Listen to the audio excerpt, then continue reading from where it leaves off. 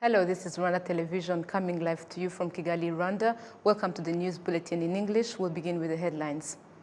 The President of the Republic, His Excellency Paul Kagame, urged young ones to start doing great things and also contribute in developing the African continent.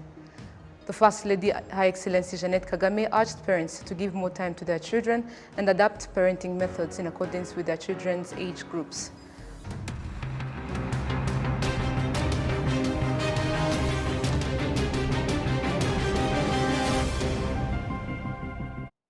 I am Olive Nete. It's a pleasure to have your company tonight. Now the news in details. The President of the Republic, His Excellency Paul Kagame, urged young ones to start doing great things and also contribute in developing the African continent. Follow the details on the story. The head of state reiterated on this at the celebration of 20 years since the establishment of Giants of Africa. Masai Ujiri, co-founder of Giants of Africa, pointed out that the youth has the capacity of being great people and future giants. Like His Excellency, we always talk about the next 20 years. We always talk about the future. And that's what we're looking at right here. This youth right here are the future of Africa. Yes. The President of the Republic reminded the youth not to always wait for people to remind them about what they should do and instead use the existing opportunities to become great and famous people. And he also emphasized on the fact that they have the choice in their hands. We don't need to keep being reminded.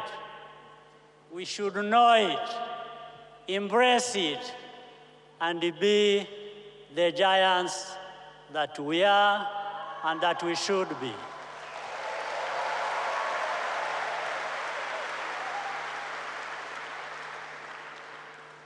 You know, the whole idea of being a giant, among other things, is a matter of choice. You've got to decide. You've got to make that choice. His Excellency Paul Kagame also urged young ones to be united as Africans and also to be confident and feel empowered to achieve their dreams. We should grow. We should work with each other. We should work together to fulfill this dream of our continent.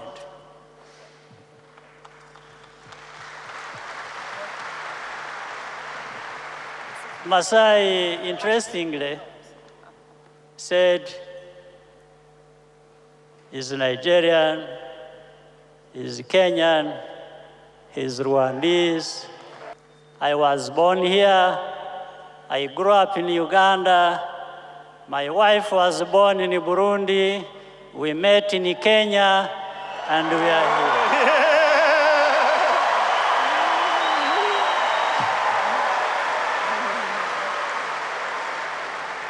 So, Africans, that's who we are. We are brothers, we are sisters.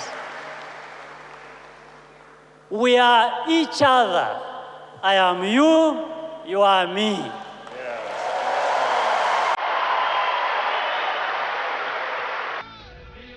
Celebrating 20 years of Giants of Africa coincided with a festival that will last 7 days, where more than 250,000 young people from various African countries will be trained by professionals in basketball game with the aim of nurturing their talents. Additionally, on Sunday, the co-founder of Giants of Africa, Masai Ujiri, together with the Rwandan Minister of Sports, Aurore Mimosa Munyagaju, officially opened the basketball court in Rwamagana district.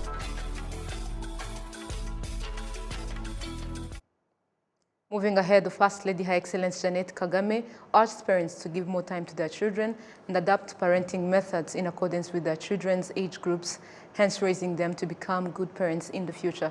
Adam Skizera with the report. On Sunday, the First Lady, Her Excellency Jeannette Kagame, participated in the monthly prayer service dubbed Young Leaders Prayer Breakfast, organized by Rwanda Leaders Fellowship. The fellowship and discussions that was delivered during this prayer service was focusing on the proper way of combining work and parenting responsibilities, especially for young parents. First Lady Jeannette Kagame pointed out that parenting is a key of raising a child in a proper way.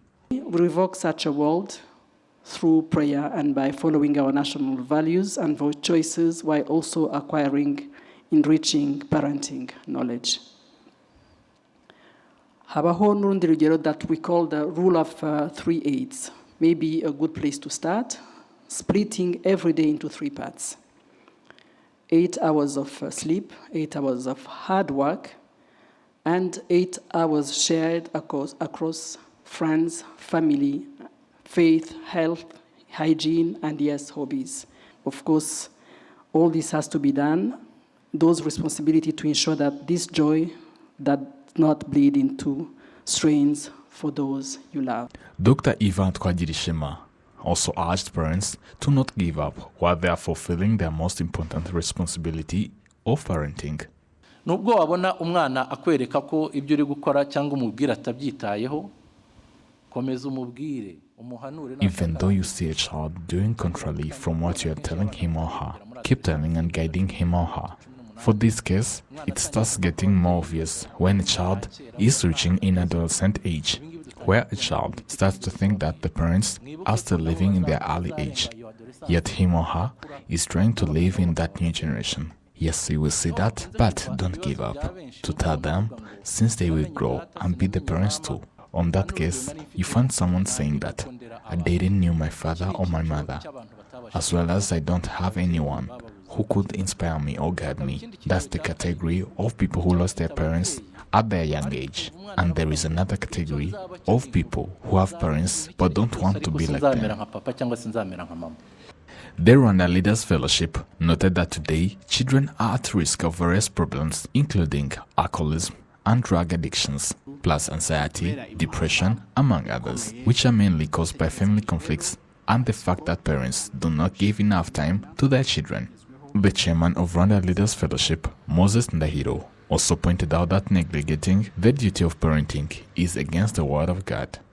Ababyeyi bombi bafite inshingano zo kurera abana babo. Both parents have the responsibilities of parenting their children and guiding them in a proper way, which is suitable to the country's values. The word of God says in Proverbs 22, verse 6, train up a child in the way he should go. Even when he is old, he will not depart from it. Umwana inzira akwiriye kunyuramwo azarinda asaza atarayivamo. These prayers of Young Leaders Prayer Breakfast were held this Sunday and were attended by 400 people, including leaders in the government and government entities, leaders in religious communities, the private sector and non-government organizations, plus the civil society. Adams Kwizera, RTV News. Thank you, Adams, for the report. Now to Agricultural Matters. The Alliance for a Green Revolution in Africa, an organization that seeks to transform African agriculture from a subsistence model to green to strong businesses, notes that in the next 5 years, Rwanda's investment in agriculture will be twice the current investment, which means from more than 20 billion to more than 50 billion Rwandan francs. AGRA's regional head, East and Southern Africa, Professor Jean-Jacques Boningabo Muhinda, emphasizes that the activities of this organization will focus on building the capacity of small and medium enterprises and dealing with the climate change. This is in an interview with our colleague Jean-Pierre Kagabo. Hello everyone, agriculture is the pillar of economies of our countries. For instance, in Rwanda, it has 30% of GDP. I'm joined here with Jean-Jacques Muhinda, the manager for Eastern Southern Africa in AGRA. We are going to discuss a number of things. Jean-Jacques Muhinda, thank you for your time. Thank you, Jean-Pierre, for having me this morning. So AGRA is launching strategy in countries where it operates. How does this strategy respond to the need? Thank you, Jean-Pierre. Let me first give you a context here. And I'm sure some of you recall that during the AGRF summit last year that was held here in Kigali in September in Rwanda, we launched as an organization our corporate strategy for the next 5 years, 2023-2027. As a logical flow, building on the corporate strategy, we're also developing at the same time our country-specific strategic plan for the next 5 years. And I'm just recalling here that this is a co-creation process, a consultation process where we talk to different stakeholders from the public, the private sector, development partners, the civil society organization, the academia, and so on, and together flesh out the priorities that an organization like AGRA should be investing in.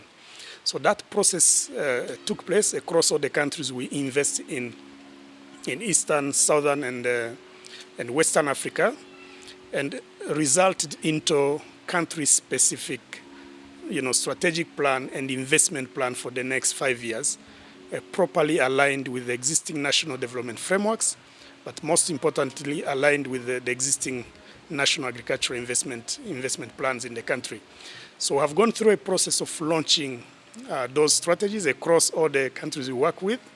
And next week, on the 14th, on Monday, 14th August, we are here in Kigali to launch our next strategy and investment plan for the next 5 years in Rwanda. And I must recall here that this is something that we have co-created together with the national partners, and that is properly aligned with the existing strategic plan for agricultural transformation in Rwanda known as PSTA, but also aligned with the broader national development framework such as NST1, MEOC, but also the Vision 2050. So we have come up with a number of priority areas we want to invest in, but it's also important to recall that AGRA is an institution that has been operating in Rwanda for the last 15 years and plus. We have been investing in this country since 2007, and every 5 years we sit back and assess the progress made, and we start defining new strategic orientations. And this particular strategy we are launching next week is a logical a follow-up of the achievement and the realization that have been actually achieved in the last strategy that started in 2017 to 2022, last year. And this now sets plan and priorities for investment in the next 5 years. What's new? So what's new here, I just want to recall here that in the last strategy, we mainly invested in strengthening the seed system in the country, all the way from seed production, seed marketing, but most importantly, seed distribution, and even investment in technology adoption at farmer level. So we invested in the last strategy in strengthening the capacity of seed companies to produce more seed and reduce actually the reliance on imported seed in the country. So what's new in this new strategy now, we're building on those achievements and focus on strengthening the capacity of the small and medium enterprises in the agricultural value chain broadly, starting by those involved in the input production, in the marketing, in the value addition, the off-takers, and even those providing different services to farmers. It's really building up the process so that these businesses who have supported creating are sustainable on the long run and they can continue running. And it's important to recall here that this is pretty much in line with the vision of the government of Rwanda to promote an agricultural sector that is private sector led. So we're perfectly aligned with that, and we will continue working with our partners and the government of Rwanda to make sure that we achieve the vision and the objective that are set out not only in the PSTA 5, in the PSTA 4, but also in the other existing national development frameworks. In your view, what can be done differently to address challenges in agriculture development when you see the situation in Africa, the problem like rise of prices and climate change challenge? That's a good question, Jean-Pierre. I want to recall here that through a very long consultation process across the board, we came up with a strategy that addresses 4 main challenges. The strategic objective number 1 speaks about the seed systems, which we already did pretty much well in the last strategy, but we will continue investing in that, not only in Rwanda, but also in other countries. The other critical business line we have prioritized here is on sustainable farming. This is a business line where we deploy investment that aim at building, the resilience of smallholder production systems, considering the shocks, of climate change and other hazards that are becoming recurrent. The third one is actually promoting an inclusive market and trade. As you know, from the time you start building up a production, the next question becomes the market.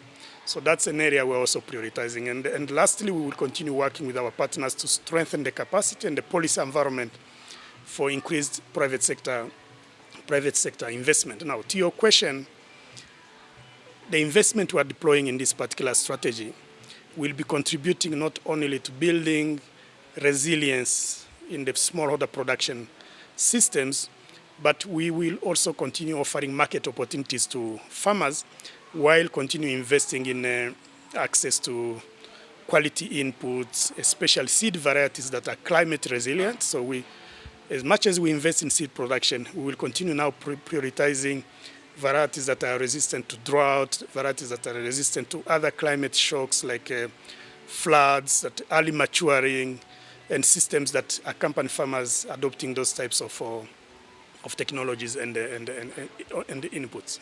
What could be your comments on the way people are enjoying the FTA, Continental Free Trade Area, that has been launched here in Rwanda in 2018, when you see how farmers are struggling, partners in agriculture? So that is an extremely important continental framework. Let me put it that way. We have seen with the current conflict in Eastern Europe, especially between Russia and Ukraine, how the market system have been disrupted.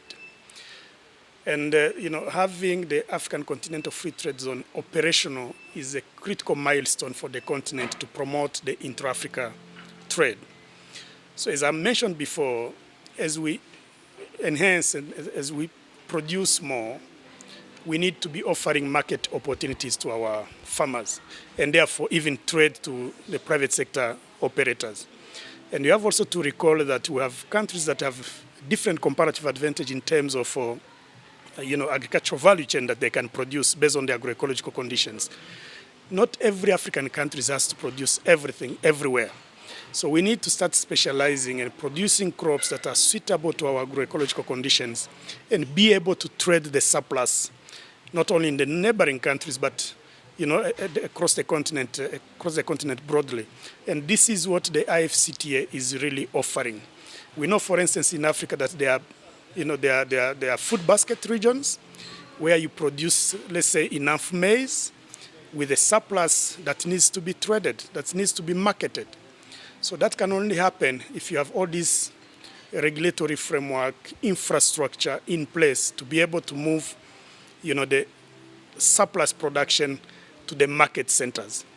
So that is the importance of the Africa Continental Free Trade Area, and I'm very glad, and we are glad as an institution that really our government are pushing hard to make it happen. We know there are still huge challenges in terms of market infrastructure and trade infrastructure, but slowly, we believe that it's going to happen.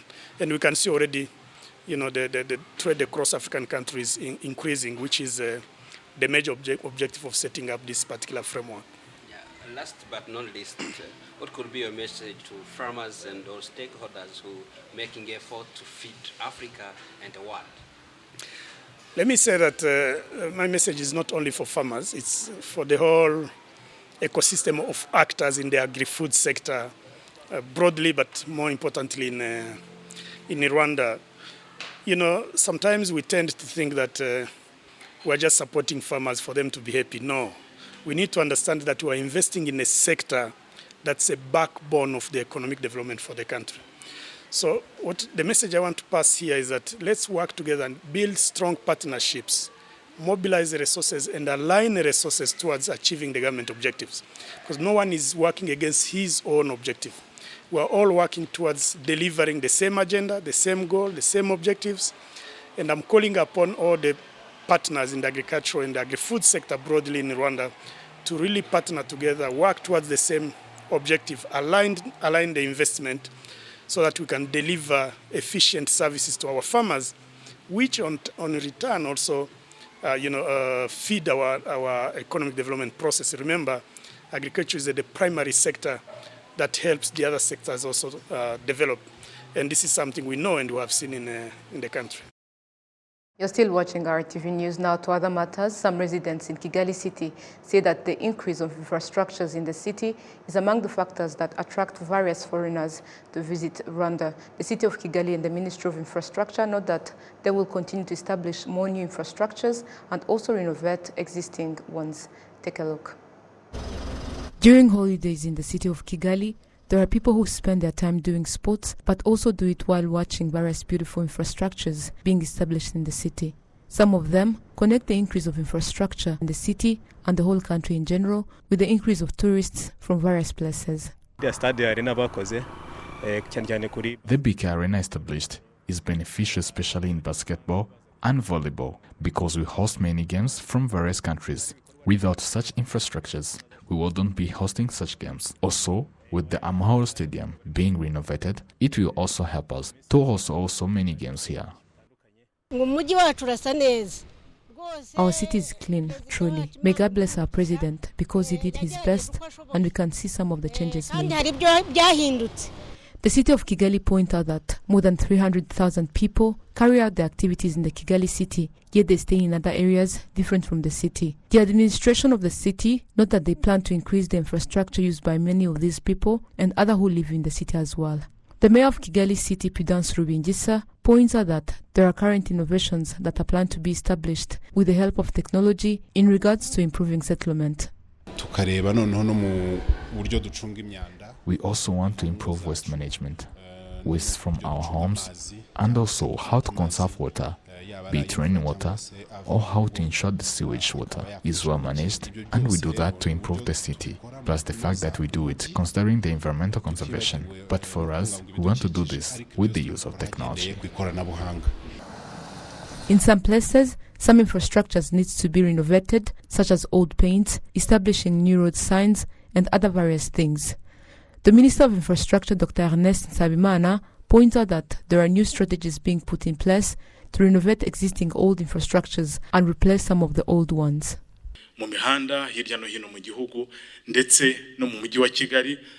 On various roads across the country and also in the city of Kigali, we are establishing crash barrier.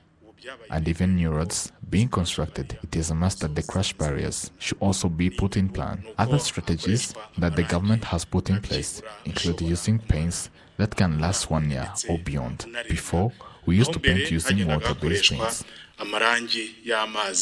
According to the Ministry of Infrastructure, renovating some of the existing infrastructure and adding new ones will require more than 100 billion Rwandan francs. However, the ministry also points out that some of these activities have already been established, including 23,200 meters of crash barriers in 78,834 meters that need to be installed. The progress made marks 30% of what needs to be done. 4,185 road signs have been established since January this year, out of 10,464 road signs that need to be established across the country. What has been already established is equivalent to 40%. Paints renovated are 173,544 square meters of 385,653 square meters, which is equal to 45%. Now to environment matters. Some people say that they are ready to use the carbon market that Rwanda has already joined in order to support the government and the residents in their efforts to combat the effects of climate change. Adam Squizera files the report. Carbon market is a joint market of countries across the globe where a person, group, or organization representing people is given money based on the amount of forests preserved and the amount of emissions prevented by those forests to create the atmosphere. Shema Sarge from Musanze district is one of the young people who have been involved in the conservation of the Mukungwa River, where they planted trees of different species and cooperated with other residents to reduce human activities that damages this river. I think if carbon market reach for us, for example, we had already the project of planting trees, or almost 2,000 trees. If they give value of that trees, we can get much money which will help us to grow our project. Those projects, for now we start from Musanze. If we get money, we can continue to the other district, which is very, very undamaged and harmed with human activities. And this money from carbon markets will help us to make sustainable conservation of this river and the sustainable development of local communities around, because will help us to do like project of ecosystem services. If we plant trees and the local communities give the value of that trees and we pay them. Deputies have recently approved the draft law on the forest and trees, which provided for how individuals, organizations, or government entities will share the income from forest and other environmental protection activities. The Minister of Environment, Dr. Maria Jean d'Arc, explains how it will be done. Hari ibihugu udashobora guhanyahanya unyagirwa. There are some countries where it doesn't rain because of the carbon gas in the atmosphere. That is why, as a country, we don't need to reach that extent. In those countries, people fear to get rained on due to that carbon which is in the air that can cause various diseases. That is why we have to use wisely our forests and other various natural resources which have to be preserved, hence to keep our environment green and clean. And we all know that REMA is the only entity that will lead us to carbon market. We are talking about this in regard of setting prices. For example, there's a country in Africa which will deliver a ton at $8, but for us, we can't even go below $30. Ariko twebwe nta nubwo dushobora no kujya munsi ya 30. Economist Dr. Abias Maniragaba points out how the carbon market is another opportunity for the country's development. This renewable energy with the biogas, with the improved cook stove, all of this, there is a amount of carbon dioxide and the greenhouse gases which are being reduced, which can be sold to others and they can benefit from this money. And this money as well is coming from the international commitment. From the COP, the countries have made the pledges. Kind of obligation. Yes, they have made the pledges. These pledges, and they are helping now this population, this economy. Most specifically, they are focusing on mitigation and adaptation to climate change. I hope this is another opportunity for development. It is a new area of economic development that we are entering in, that will help our countries now to develop. Article 6 of the Paris Agreement, which allows the countries to voluntarily cooperate with each other to achieve emission reduction targets set out in their NECDs, in order to reduce the increase of the global warming from the current 1.7 degrees Celsius to at least 1.5 degrees Celsius by 2030. Adams Kwizera, RTV News.